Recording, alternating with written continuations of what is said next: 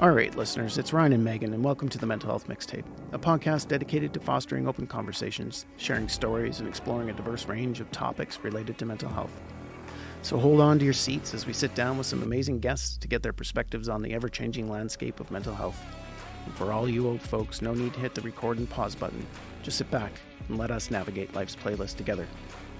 During this podcast, you may hear stories about traumatic events and our guests' experiences. There may be discussions about suicide, traumatic events, and the outcomes from these events on personal lives. If you're struggling with anything you hear, please reach out to your peer support team, psychologist, call 911, or head to the nearest hospital. In Canada, you could call Boots on the Ground Peer Support for First Responders at 1-833-677-2668.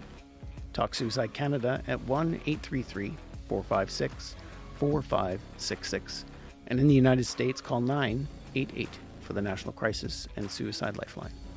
It should be noted that the information shared on this podcast is for educational and informational purposes only and should not be considered a substitute for professional medical, psychological advice, diagnosis, or treatment. Welcome, Shaun. How are you? I'm good, Ryan. How are you? Excellent. So you just got off a night shift. You're a little tired. You got an hour of sleep. So, I mean, that's the life of the first responder, I guess. Hey. Well, unfortunately, that's the life of a first responder and somebody that's got a second full-time job. Oh, Lord. Oh, my goodness. Oh, So we appreciate you being here. Thank you so much for taking a little bit of It's my pleasure. I'm so thankful that you guys took the time to get me in. yeah, Wow. absolutely. Seriously, that's like, so like, do you ever sleep? Is sleep just like a foreign concept? No, I try to get in as much as I can. But as you can probably imagine, the amount of appointments and just phone calls and podcasts and just trying to keep this ship afloat and keep it going in the right direction. You know, my 4 days off are really not 4 days off. They're, I just basically, put on a different hat and, go to the warehouse and start doing all the stuff that we need to do. Like we're just starting to ramp up right now in preparation for our 6th annual golf tournament in August. Oh, So quite a huge undertaking. And Tara, our one manager, operations manager, she's got it pretty dialed in.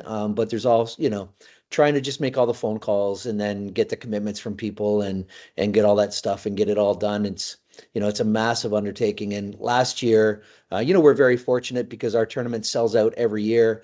And last year, I think we sold out 153 golfers in 2.5 minutes. whoa. 2.5 No minutes. way. Yeah. That's awesome. So Wow. 2.5 minutes once we launched and opened it up to the public, it was completely sold out. And, it's truly phenomenal. We've been so blessed, we've been able to, bring in probably $150,000 over the 6 years or 5 years that we've had this golf tournament, and we donate all that money right back out to organizations that directly help first responders with their mental health. And so we're humbled every year. It's a fantastic day. It allows, not everybody that golfs in the tournament is a first responder, but I would say probably a good 80%, 85% of them are. And it just allows everybody to kind of unwind, share some stories, share some laughs, have some cocktails over a great day of golf. And, we try to do it the best we can to make it an experience for them, not just coming out to another charity golf tournament. We take a lot of different things into consideration. I've been to many of them throughout my career. And there's always some things that really bother me about those tournaments. And so we try to eliminate that stuff and just get it as seamless as possible, but also get people out of there at a really good time so they can get home and, because it's a long day. Mm-hmm. Yeah, I bet. Where is it, Shaun? At Fire Rock, just outside of London. Okay. Yeah. I guess we're not making it there. I was about to say I'd love to come, but it's a little Totally, bit far for a totally. day. It's Shaun, yeah, I would love, like I'm sure lots of people know about your organization, but I would love it if you would share a little bit about your organization and what you're doing and all the stuff, because it's so awesome. Yeah, for sure.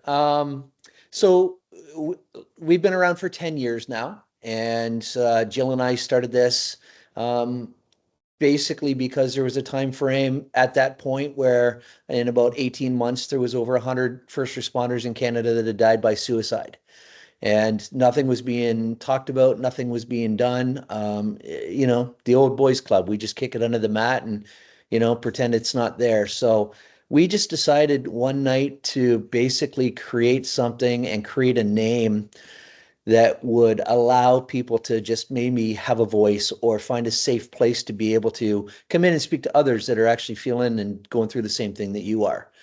And we didn't want our faces or our names to be part of it at all. We just wanted it to be about the cause. And we had no idea, odds are it wasn't going to go anywhere. It wasn't going to do anything. And then within 3 days of us launching all the social media, we had over 600 messages sent to us saying, okay, what's going on? Who's doing this? This is great. And then it just started to go viral. And, we used to get excited when we would ship out, 10 packages a week. Now we're, somewhere in the neighborhood of 1,000 to 2,000, depending on the time of year, every month that we ship out. So it's, again, I use the word humbled all the time because that's exactly the way that I feel. We are extremely humbled with the support that we get. And another thing that's really strange about this is typically when people are in a certain profession, like they're firefighters or they're police officers or paramedics, they gravitate to those things online that deal with what happens with their career. And that's it. Like, you don't usually get police officers following anything to do with fire, and paramedics, following anything to do with corrections and stuff like that.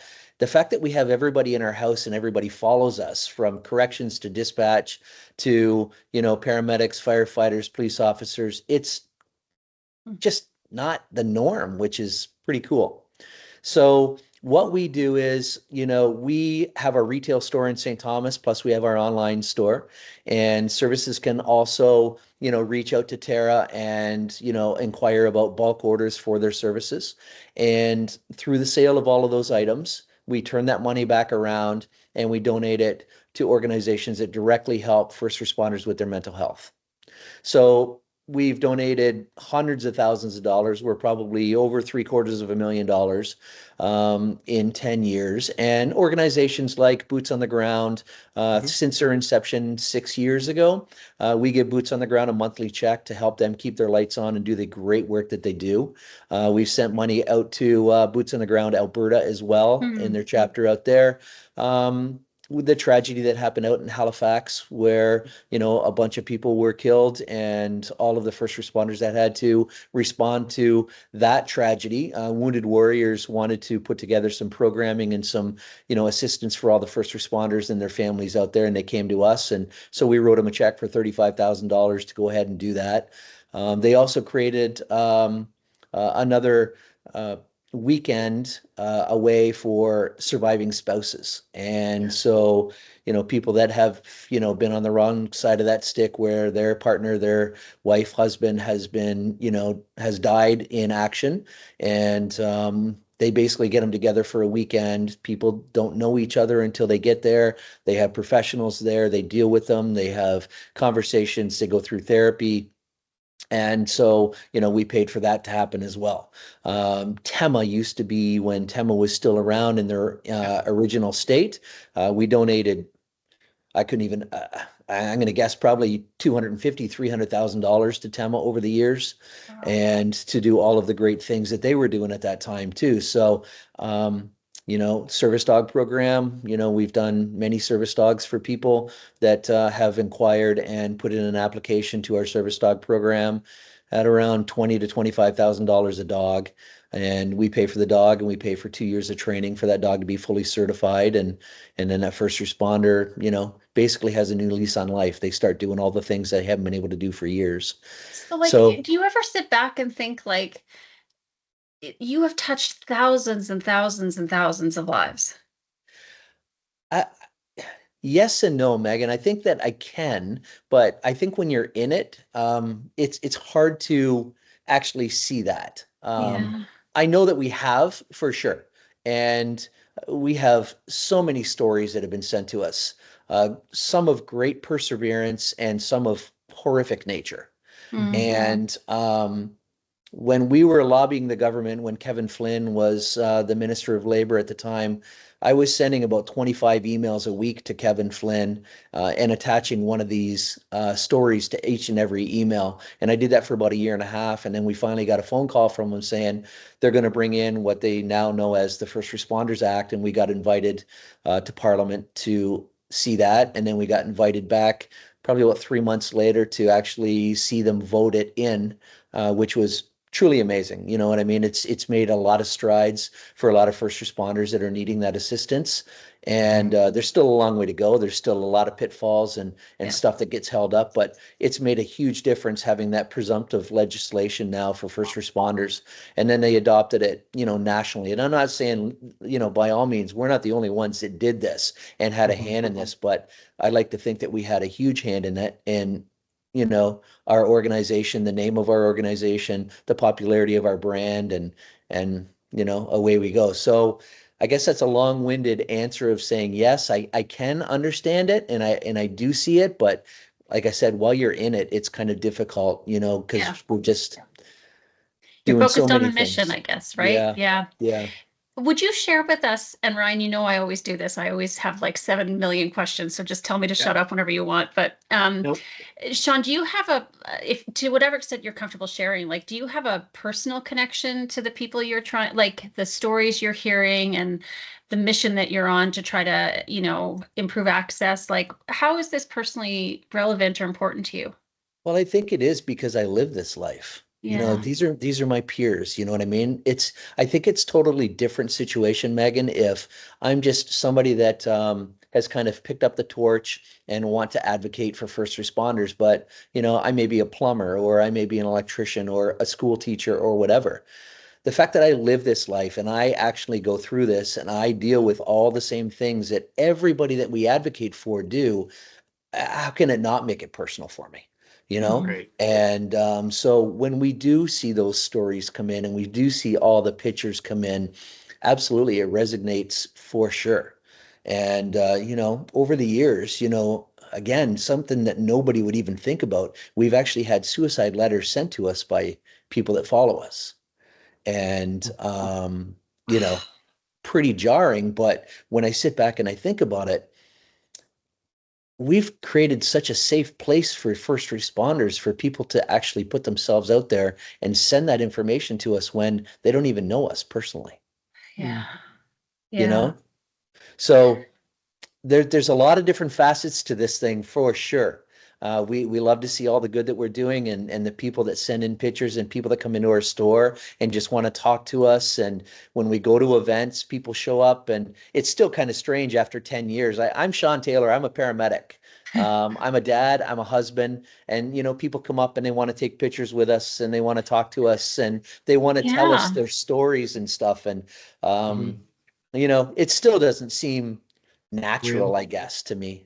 No, because it just sounds like you saw a need, you were maybe a bit fed up, and you took the courageous risk to put something out there, and what you put out there and how you put it out there just struck a chord, and it struck a chord that was missing and massively important. Yeah. And Well, you know what? Even I remember 10 years ago when you launched, because I bought a sweatshirt. okay. That hashtag I've got your back. I've got that sweatshirt and it's been worn and it's been beat up, and my 7-year-old who's 17 now actually wears it. Yeah. And it resonates with him too, because he knows the work that I did. And it's not just, I don't think that there's just the first responder community that is touched by this. It's actually trickled down into so many other facets, or at least for me personally. We've talked about it, and I use that hashtag, in my peer support when I was working for my last organization. Like, do we really have your back? And what does that look like? Because I know I'm going to put myself first in that peer support role, because I do have your back. I want to make sure that you feel supported. And that hashtag resonates probably more with me than it ever has in the last 20 years, 25 since I started my career in 99. So it's huge. It's that trickle down effect that touches so many other parts of the life of the first responder, from friends to family to kids to everybody. we all know them, right? Yeah. Even if I wasn't a first responder, I know people that are first responders. And we always, it's kind of funny because we'll get families come in and maybe they have a son that's in the program, or they have a son or a daughter that is a police officer or a paramedic, and they'll buy them some of our gear and they'll straight up just say, is it okay for me to wear some of it? Because I'm not a first responder. And it's like, absolutely it is. We encourage that for sure. And it's just like with all of our stickers on vehicles. People will come in and say, well, yeah, I'm going to get some stickers for my son, but I can't put them on my car because I'm not a first responder. It's like, wow. No, you can. Yeah. You're not going to disrespect anybody. Honestly, you're not. If anything, you're just showing support. And when it comes to our stickers, I think the last count was 97 services throughout Canada have our stickers on all of their service vehicles. So yeah, it's pretty cool. I can tell you that you'll be receiving an order this afternoon. Because I love me some online shopping, and I can't believe I haven't done this yet. So, do you know what's funny though? You bring up the stickers, and I just want to touch on this. It's the collective community, because of that hashtag has gone out. I had one on my older truck, and I haven't put a new one on because I just haven't gotten around to it. But I had one, and I was stopped at a light in the summer, and a motorcycle came up, and it was a vet, and he saw the sticker, and he just points at me, and he nods, and he's like, "I get it." Because it's such a community, right? And what you've built, and I think what you've been able to do is really normalize that this is now the community. And it doesn't matter whether it's a parent of a first responder, it's there. People know. And that on that bike with his colors on, he just looked, he pointed at the sticker on the back, and I'm like this, he's like, and he just takes off. So, I mean, that community that you've been able to build over the last 10 years is far reaching. And I want you to hold on to that, because that's a huge piece. Yeah. And we get a ton of people sending us stories about being on vacation. And you're at a resort and you've got a couple of our sweaters or t-shirts that you're wearing, and over a couple of days somebody will either stop them and go, you know what, I've seen you wear that like, what does that mean? And that's also part of the whole reason behind us picking this name, is the fact that not everybody's just going to know what it means or know what it is. So it also creates that conversation, which is also what we want, because now that person can educate you on it, they're like, oh, that's pretty cool. I think I'm going to check that out. Or same thing where I'm wearing that shirt and I'm walking and somebody comes up and says, hey, are you a police officer? Or because I always get police officer, I think just because my hair and whatever. But they always will come up and say, hey, are you a police officer? I'm a firefighter, and I see you wearing that shirt. And I'm like, oh, cool. Yeah, that's cool. I mean, it really is. It's like it's a national brand and maybe international brand, but it's really more about the sentiment that people understand what it means and are really bought into. Yeah. So let me ask you, like, if you think back 10 years ago to now, I'm always fascinated by this. I'd love to get people's perspectives on it, just because I've been doing this work for so long, obviously from a different vantage point. But if you think about the people who reached out 10 years ago and the kinds of things they were asking about or sharing, and you think about the kinds of things you hear now, have you seen a change?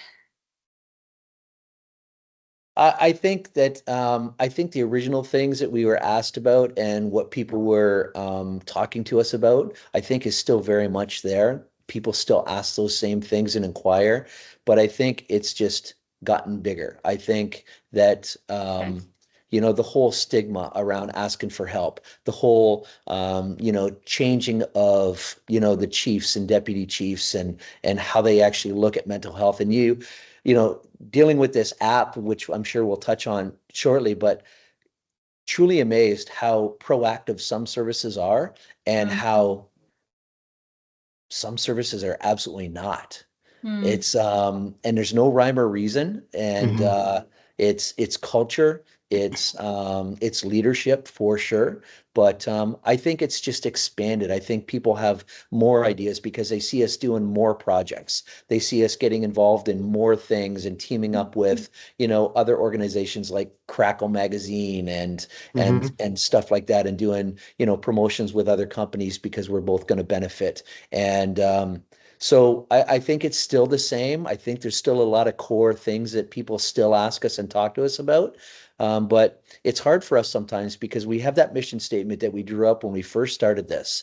And I'm sure you can probably imagine the requests we get for our gear and donations and everything. Like it's endless. Mm. And we really have to stick to that mission statement because we can go off kilter and we can start donating to different things that isn't our mission statement, and we're still doing good and they still appreciate it, but we have to really stay focused on that because it allows us to focus really on that mental health aspect for first responders. And sometimes we have to say no, and we don't like to say no, and some people understand and some people just don't understand. Yeah. But we could literally give away $100,000 worth of gear every year with all the requests, no questions asked. But we just really try to stay focused on what we're trying to achieve, those barriers that we're trying to break down, and really deal with organizations and causes that help first responders directly. Love it. Okay, so that's a nice segue. Let's talk about the app. Okay. Yeah. This all just kind of started. We won a mental health award in London and for advocating for mental health for first responders. And Congratulations. so, yeah, it was great. Well done. We were nominated for one of the small businesses and we won the award. And afterwards, we were approached by a couple gentlemen that have a IT company and build websites, and they kind of had this idea about this venture, and so we started working with them. And after many meetings and probably about 11 or 12 months worth of rewrites and redos and changes, we thought we pretty much had this thing dialed in. And then I took it to Dave McLennan over at Boots on the Ground because we needed to get a police officer to look at this and actually see if this is going to be, accepted by that policing community, which is a lot more litigious than all of us other guys. And so we made some further changes to it. So what this app is this is literally going to stop the stigma with people asking for help because it is completely anonymous, 100% confidential. We go to a service. They're going to agree to offer this to all of their people that work within the service. Everybody gets a generic community code. And so everybody logs in the exact same way. There's no emails, there's no identifiable markers at all to say that this is Megan or this is Ryan that is in there asking for assistance. And then you have a couple different options. You can either use your own internal peer support team. And if you choose to go that route, you can go into a chat. Everybody on your peer support team will be notified that somebody's requesting assistance. As soon as somebody picks that assistance up and enters into the chat with me, it disappears from everybody else's phone. We then can continue on. You'll see that it's Shaun that is the peer supporter. And then when Ryan is communicating back with me, it just says anonymous. There's nothing in there that identifies it's Ryan. We can communicate back and forth. I can give him additional resources that we have on hand through our service. And once that is done and Ryan no longer needs my assistance because he's now getting external assistance, that is deleted and nothing is kept. So even from a subpoena standpoint, you want to go ahead and subpoena. There's nothing to subpoena because you can't even identify who's in there asking for help. Right. Wow. It's like a grown-up version of Snapchat for peer support.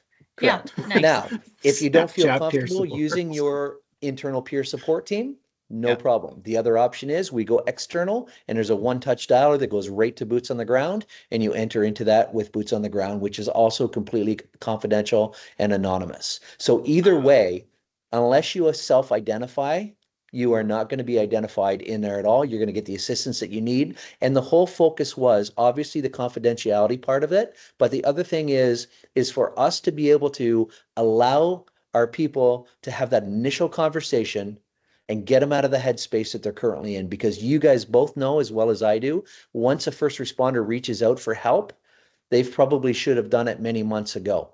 Yeah. So that's kind of it in a nutshell. And we're just, launching this to different services and, getting people on and I love this. I mean, I have this debate with people all the time because I think this is where we can use technology to really help us. And it's not a replacement for other things, but it's an enabler, right? So let me ask you, Shaun, then, so I'm a first responder in Calgary and I get into the app and I need help in my local area, I talk with you, maybe I do it anonymously or what have you. How does that get sort of triaged, or how would you help me find what I need?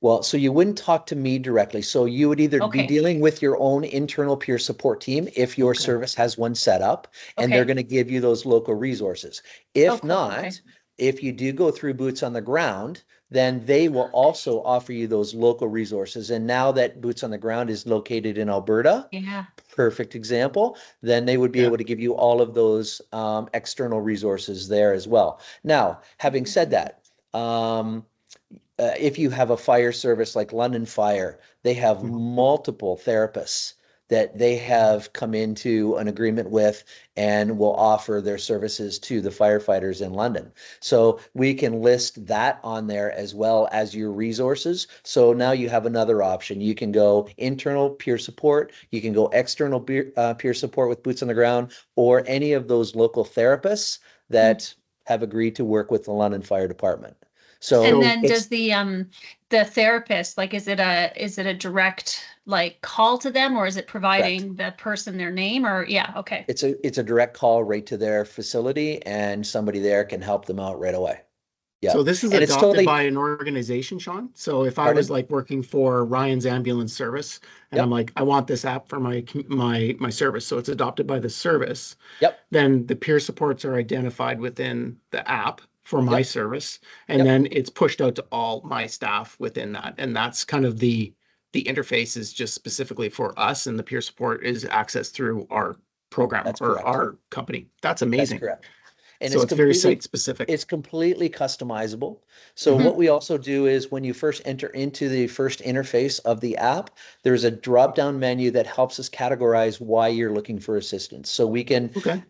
we can put that as a fatality call, we can put it as personal, we can put it as addiction, whatever we want to categorize it, and we work with the Mhm. service to figure out what means something to them, what Okay. signifies the health of their people, and how we can categorize that. So on the back end of this, all of these calls that come in, all we do is capture why they are looking for assistance and whether they went to their internal peer support or external peer support. And then you can Mhm. take that data at the end of the year and you can look at it and you can take it to your chief, senior management, and go, this is why we need this. But the other Wow. very interesting thing with that too, Megan, is the fact that we can literally look at this. Our peer support admins can look at this data every quarter and they can go, why have we seen a huge spike in assistance calls for addiction in the last 3 months?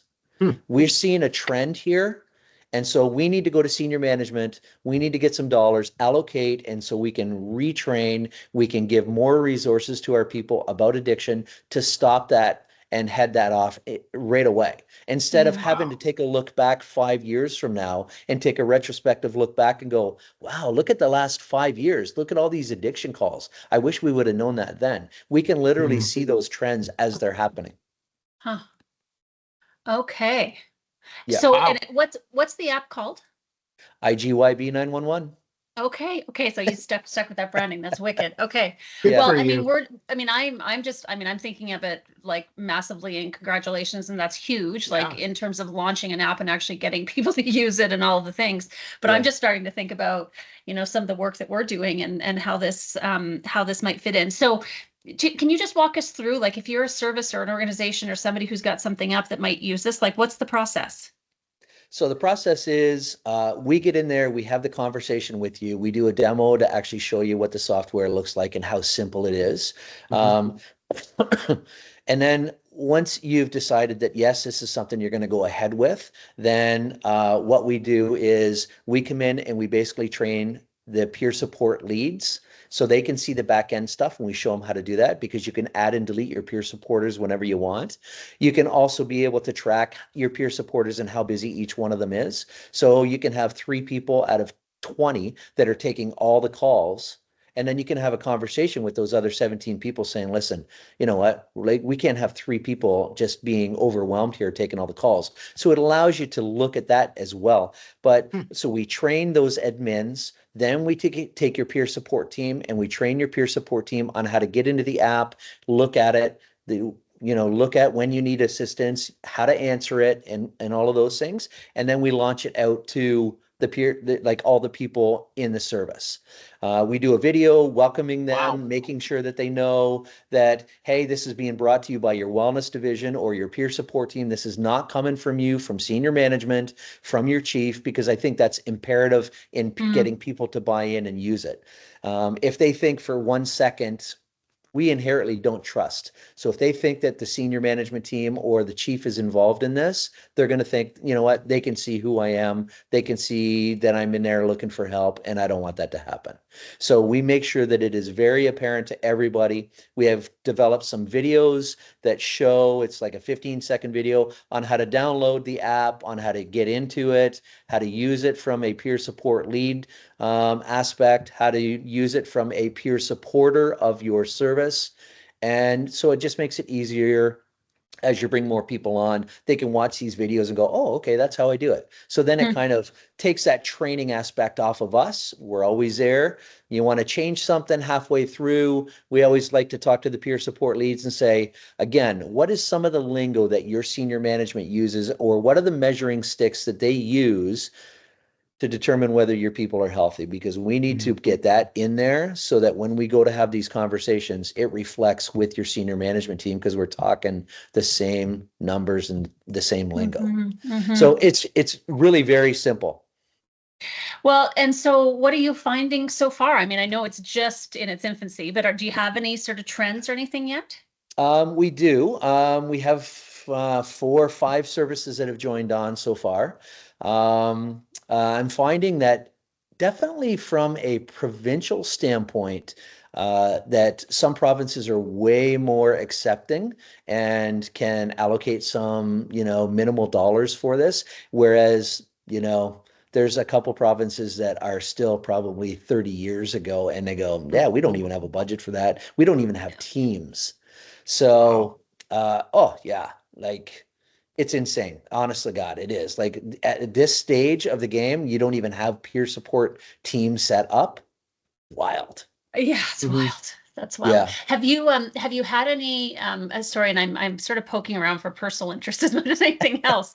Have you been trying to work with larger organizations, like organizations that might represent a whole province, and have you had any pushback on it?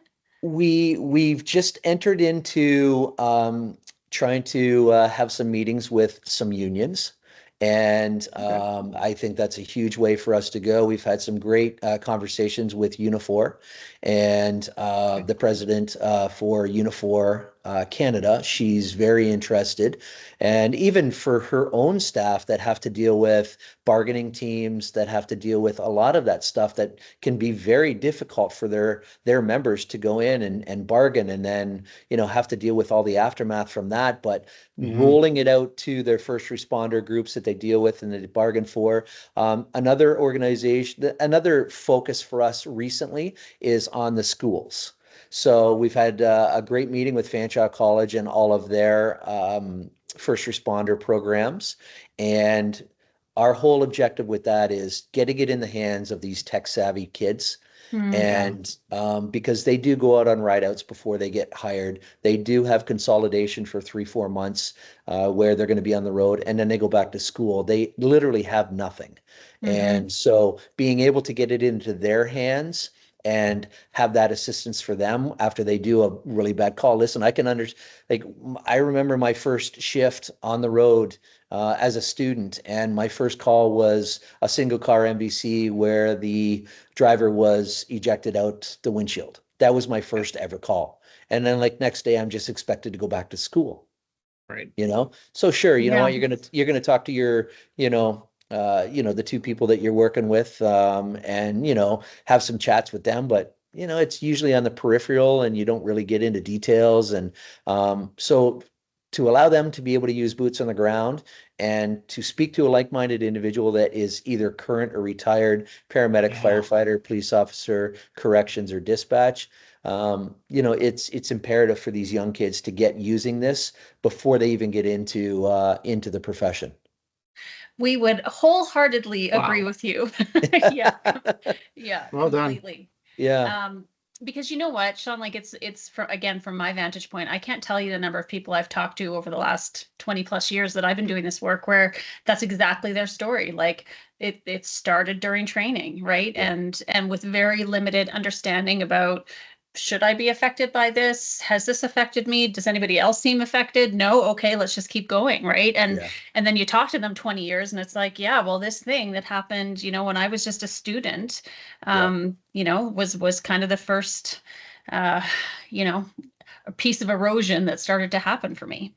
Well, Yeah, it's let's be honest. There's nothing that's going to, we did the morgue visit. We did, a lot of these different things when I was in school, and nothing is going to prepare you for going out there and seeing what you got to do and the impact that you're going to have and how it's going to impact you. And, especially when you're dealing with, a 1-year-old VSA or, mhm. any of those sort of things, right? So, And it's hope you're with something a that, preceptor that understands this and actually can be supportive, which I yep, don't think happens often. At least it didn't yep. happen for me. Yeah, it's one of those things that it starts early. We have Yeah. to. Yeah. It has to. You Yeah. can't go 10 years and then brush it under the rug and then go, okay, well now I got to deal with this. Yeah. But when we're out there talking to these services about the app, Megan, it's like it's a family approach that we're taking with this. So Mm. there is a maintenance fee for the service to pay on a yearly basis for this. There's no upfront cost. We gift them the software, so there is no upfront cost for the software for the service itself. And what we also want to really push is every time I have one of these conversations with a police force or paramedic service or whatever, like I always ask, how do you communicate with your retirees? Hmm. And, especially policing will, keep in communication and they send out a newsletter maybe once a quarter to them or something like that. But what we strongly suggest is all of your retirees, we want you to reach out to them on a quarterly basis, or we want you to reach out to them and we want you to give them this community code, Mm. because I can do this job for 25 years and then I leave the job and I don't put the uniform on anymore, but the job doesn't leave me. That 25 years is still with me. And a lot of times when our men and women leave, they don't have anything. Oh, yeah. So we encourage them to reach out to all the retirees, give them this community code so that they can also reach out and get the assistance that they need. On the flip side of that, we also say too, listen, I'm very fortunate. I have a great support staff at home. My wife is fantastic, but not all of us have that. And so we also encourage the service to reach out to the families, so those husbands, wives, and partners and kids, because what I bring home from work impacts everybody else in my house. So we Yeah. also encourage them to reach out to the family members, give them the community code as well. And both of this is no additional charge to the service, because if we can keep those people healthy that support us, and we can keep the people that retire from this job after giving so much of themselves to it, I just think it's vital that we do that. So Yeah. Yeah. we really push for that as Recruitment well. to retirement and everything in between. I love it. 100%. Yeah. Yeah. Yeah. This is really thoughtful on your part, Shaun. Congratulations. Like, I mean, because it's funny, I was even just doing a bit of work yesterday and I did a bit of work well, I guess it's almost a year ago, last summer, just like writing out what, from my perspective, what a comprehensive sort of mental health strategy should look like for Yeah. Mhm. an organization or an individual or whatever. And like you're touching on it, right? It's like all of these pieces that need to Yep. happen in the wraparound. And it's because you do not do typical jobs, right? Like Yeah. you have psychologically risky jobs. And so we should just treat it accordingly and support it accordingly. And it sounds like you've really tried to accomplish that. Well, I think trying to just take into consideration the average person in North America sees between 3 to 5 traumas throughout the course of their lifetime. The average first responder in North America sees between 3 and 500 traumas throughout the course of their career. If that doesn't impact you, and I'll tell you right now, 15 years on the road for me, there are absolutely things that are different about me from the first day that I stepped into this job to the way that I am now. For sure. It's going to impact you. It cannot. Yeah. So for us to take that approach and to make sure that, yes, we're focused on the first responders that are currently doing the job, but on the other end, that person that paved the way for us, they need that assistance as well. And the people that support us at home, they also need that assistance. So that was just, basically the thought process behind it. Yeah. And yeah. Well, and and I would submit that I think 300 to 500 is on the low end, right? Like I think you're absolutely right. We're just talking about a quality or a factor of exposure that no one human being it should or is prepared to cope with or should just spontaneously know how to cope with, right? Like that's not what we're talking about. So what are some of your dreams for where you're headed? Like what else do you want to do and where yeah.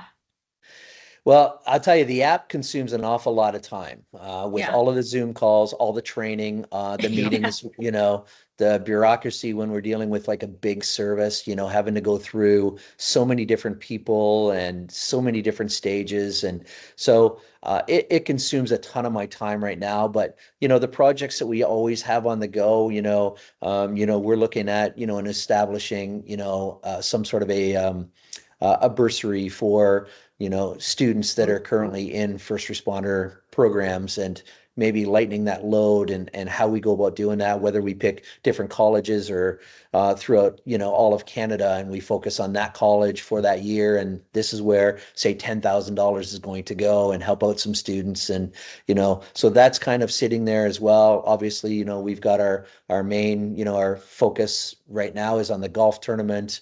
And then there's just so many projects, Megan. It's, and I would love for this app, like this is not Canadian, issue. This is, this is worldwide. And so getting into the United States and getting some services in the US, on this app too, and seeing it kind of spread and then spread through all of Canada would be absolutely fantastic. And, there's just so many different aspects of municipal government and what that looks like and all the people that deal with first responders, but the first responders themselves and getting it in their hands so that even though I'm at home, I don't have to make an appointment with anybody. I can literally pick up my phone and just hit a couple buttons and somebody's on the other end to have that conversation with me. And there's no stigma to it. Like nobody knows it's me. And that's the biggest thing. We don't trust.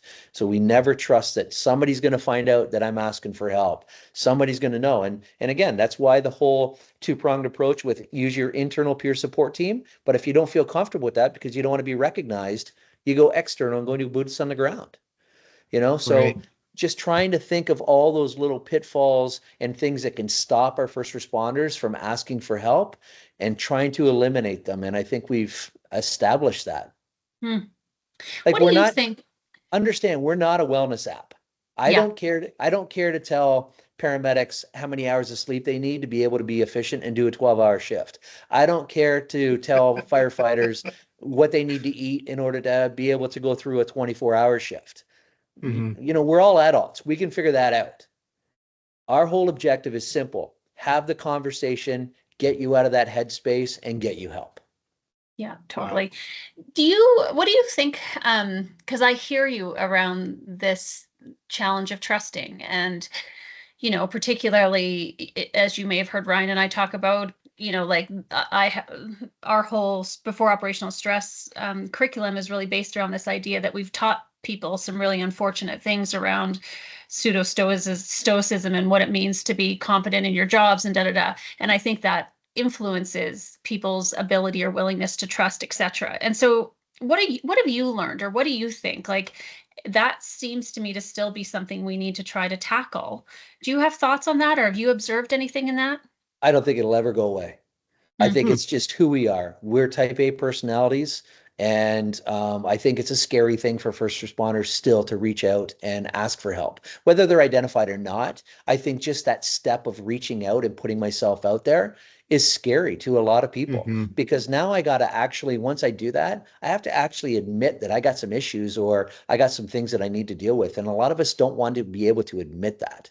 So I don't think that will ever go away. As long as you have senior management, as long as you have any sort of stigma against asking for assistance, it's always going to be there.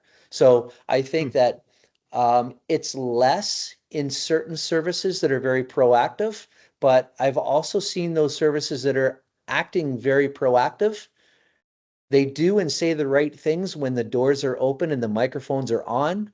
But when those doors are closed, It's a different conversation. Acta non verba. Yes, for Actions, sure. not words. Yeah, and I think, I agree in some ways. I don't think it's ever going to go away, or it's going to take a generation to slip through to where the younger generation promote from within gets to a place where they've actually lived that kind of mental health supports. They're more willing to step up. Now they start to be promoted. And we're looking at 10, 15 years, I think, before it really is normalized and is budgeted and people feel supported throughout recruitment to retirement. And it's going to take a lot of work, but But even with um, that, though, Ryan, it's a total shift in the culture that has to change. yep. And you know what? One generation of new people coming in, I don't think is going to do it, because I think that Yeah. some of that culture that, from the previous regime is still going to be there, because these people that are getting promoted are still going to learn a certain amount of things from that old regime, and it's going to linger. I think again, I just don't ever see it going away, because we just inherently just don't trust, you Yeah. know, because we're under a microscope, everything that we do, we can have a call out on the street, and, we have a VSA out on the street, and by the time we get that patient loaded and we're going, and all of the things that we do on scene, doesn't look very friendly by any means, but all that video and those pictures and stuff are already online before we even leave the hospital and get back to base. So I've been in a situation where we had a middle-aged, I think late 50s patient VSA in a hallway of a house, and me and my partner are working him. We're doing CPR, we're getting airways, doing all the things we need to do, and I just casually look up at the end of the hallway, and his 21-year-old son is standing there with their phone videotaping us work his dad. Jeez. And the whole thought process, is, okay, let me send this to a lawyer if my dad doesn't make it through this, and let's see if they did anything wrong, because somebody's got to be blamed for this. Right. Right. So I think just all of those aspects of what we do and how we're so scrutinized, we're always looked at from our base hospital physicians, to all of our protocols, making sure we do everything correctly. And then you add different bypasses and different protocols all the time, different medications, all of those sort of things. You make a mistake, guess what? You're going to stand on the stand, and you're going to be on there for, 2 hours, 3 hours answering questions. I've been to court 3 times. It's not a fun thing. Not a fun thing. No. So No. to answer your question, I don't think it's ever going to disappear. I really don't. I think, getting younger people being promoted and having those new, ideas and ideas on how to do things and do it better, rather than just go, hey, you know what? This is the way that I've done this for the last 27 years. Now you're telling me that this little app that you guys are bringing out is going to you're telling me that everything I've done for 27 years is wrong. It's like, nope, not saying that. Just saying there might be a better way for you to do it. Oh, Yeah. so what I'm doing is not good enough. Now I need to do this. You know what I mean? Right. So that whole mindset of I've been doing it wrong, and this is what you're telling me. It's tough to get past that. Yeah, totally. And so what you've seen in terms of supporting like better engagement is giving people this opportunity for it to be a bit removed from the organization, so that 100%. And they have that confidence that their information's not going to be, like in today's day and age, security breaches happen, privacy breaches happen, so that they just don't have any of those types of concerns. Correct. Absolutely. Yeah. Because we get asked this all the time, actually, is like, how do you, it's great, you put all of the things in front of people, but then we don't necessarily see it utilized, or we don't see the engagement factor, right? Yeah. And I, from organizations that I've talked to, that ends up being a point of frustration, right? Because it's like, well, we're trying to do the things, but people aren't, maybe participating in them. And it sounds like that's been one of the things you've seen. And I think to add that to the reputation that we've been able to build for the last 10 years, the safe environment that our name and our brand stands for, I think goes a long way as well. So I think having that added to it, and so when people are seeing, oh, it's not just a peer support app with some random logo, it's our logo with our name, and it just stays true to everything that we've done for the last 10 years, I think is a Mm-hmm. huge impact in people believing that it's going to be okay. But Mm-hmm. even with that, people still stand there and they hesitate. So I think it's just going to take time. It's going to take, services coming on board. It's going to take their members using it, to really make it, a successful venture. But here we are putting ourselves out there trying to, Mm-hmm. attack a different facet of this and help our first responders because we just need to do better.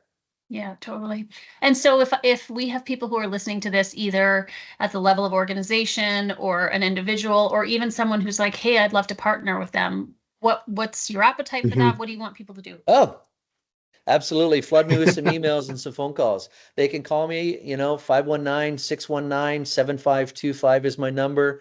You can get a hold of me at I've got your back 911 at outlook.com. It's pretty simple. Send me an email. I'll get back to you. We can set up a Zoom call. We can set up a phone call.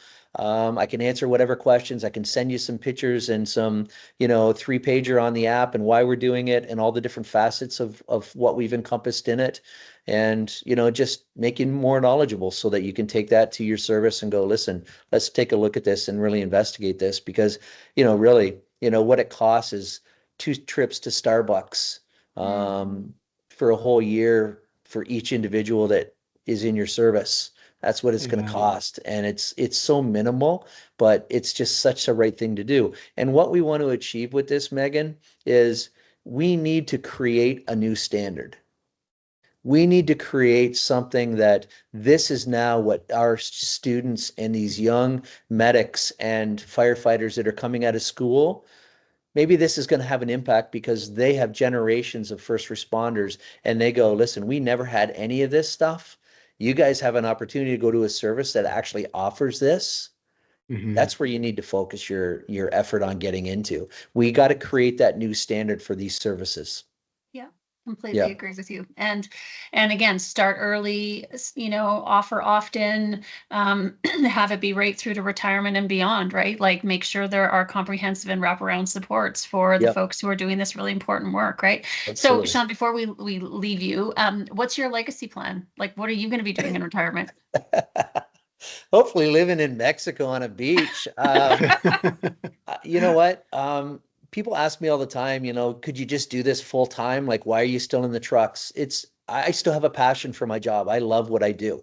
Mhm. I'm not ready to get out of the truck and not be an active medic, because that's what I love to do. So I'll be doing that for a while, and doing this for a while. But we just have so many things, Megan, that we need to accomplish in creating that new standard and making sure that our first responders are taken care of. So we could go, 5, 6 different twists down the road over the next 5, 10 years and, maybe get into different ventures or something else that kind of comes up and we kind of tackle. But we have our hands full right now. And, we came to a point where we just couldn't handle day-to-day stuff anymore. So we have a couple managers that, look after our day-to-day stuff for us and organize a lot of things because we wouldn't be able to do it without that assistance because we're just so busy. Um, Mhm. we try to, open up our calendar, the beginning of the year and it fills up very, very quick, 26, 28 events a year that we go to and still being full-time on the road as a medic, it's tough sometimes. And but again, being able to be out there and see the people and talk to people, see, how much they appreciate what we're doing in our brand and how much they support it, like that's super cool to me too. Yeah, well, Yeah. I mean, I think you have all sorts of reasons to feel incredibly satisfied and humbled and very proud of what you're doing. Like I think this is service to your country, and it's the kind of service that really can't even be quantified. So certainly my thanks to you because you've no doubt saved many, many, many people's lives, families, even just their vitality, right? Like to know that there's Yeah. somebody out there who gets it and who's trying to do work to support them. Yeah, well, thank you very much. Agreed. And we just got a huge honor. We just got we were nominated and we're going to be receiving the King Charles the Third. Oh, wow. Yeah, so Yeah, 25 good medics for you. in Ontario are getting it, the award.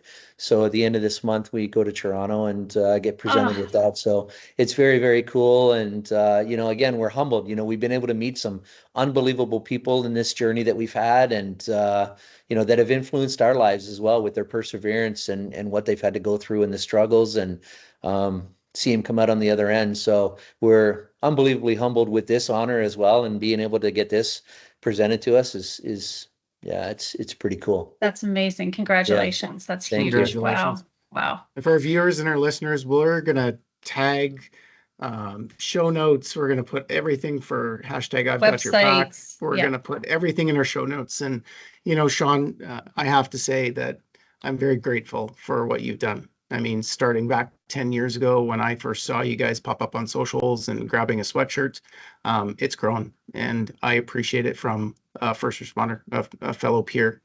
I think what you're doing with the app and what you've set as far as your goals from recruitment to retirement is such an important piece. And if there's anything I personally can do to help, let me know, because I'm in. Cool. Yeah, well, and I can guarantee you're going to be hearing from me, Shaun. So okay.